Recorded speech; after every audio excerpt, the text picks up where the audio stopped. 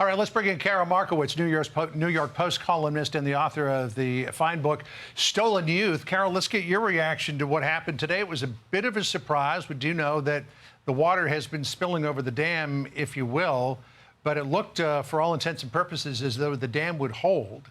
Today it broke. I think that there was no way for Claudine Gay to stay in her position after accusation was released about her being a plagiarist.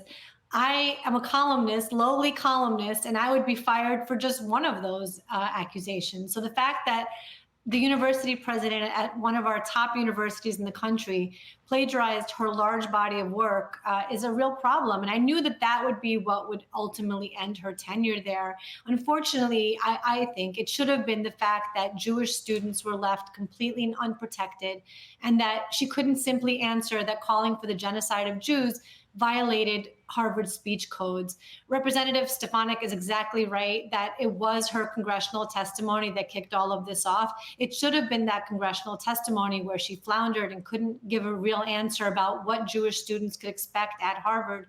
That should have ended her career there.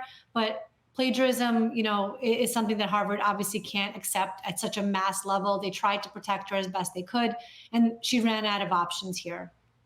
Karol, before Gay's resignation last hour, the big news I was planning to ask you about was these new 6 allegations of plagiarism in 2 different academic publications she has put forward. People are claiming that she plagiarized 2 other academics. Does Harvard now have a responsibility to reopen or continue investigating these allegations because she is choosing to remain on the faculty? Well, it's interesting because if I'm a parent that's sending my child to Harvard and I'm paying these insane, tuition fees, do I want my child in Claudine Gay's class where I know that most of her body of work has been plagiarized? I mean, what are the parents paying for here?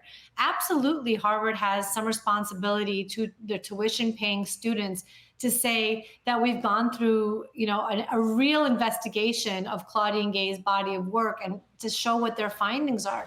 I understand that she's tenured and that means she's hard to fire, but every student at Harvard understands that they can't simply plagiarize their work and hope to succeed.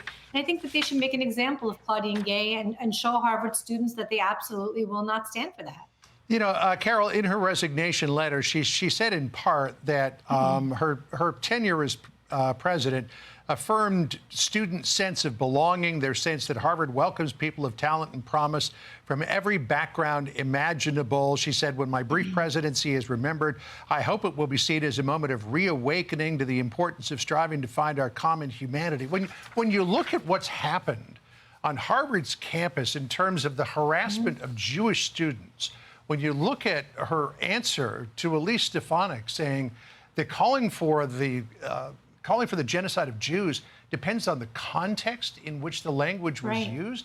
Does that in any way reflect what she has written here? Right. What humanity did she bring to us all together in? She excused the vile language of genocide aimed at Jewish students. She let that go. She did not protect her Jewish students on campus. And look, this is not about Jews specifically. If you have anybody marching around calling for the genocide of any group, I think that perhaps that violates all of the conduct codes at our top universities. So while it was Jews this time, we have to understand that this isn't a Jewish issue. This isn't a Jewish problem. I love that Congresswoman Stefanik, spoke up for Jewish students, and she said that this is not acceptable. But I think that that's what we should say about any, calls to genocide of any group. The fact that Claudine Gay still does not get it and still is treating herself as if she's a victim. Oh, she got threats or she got, nasty language directed at her. That's still a fraction of what Jewish students on Harvard campus experienced. And she should really start with an apology to them and work from there. It's worth flagging before we let you go, Karol, that she also allowed protests to continue despite containing active threats against Jewish students and faculty, and the fact that she was aware that a lot of faculty and students were staying off campus because they felt directly threatened and they felt unsafe. at their institution.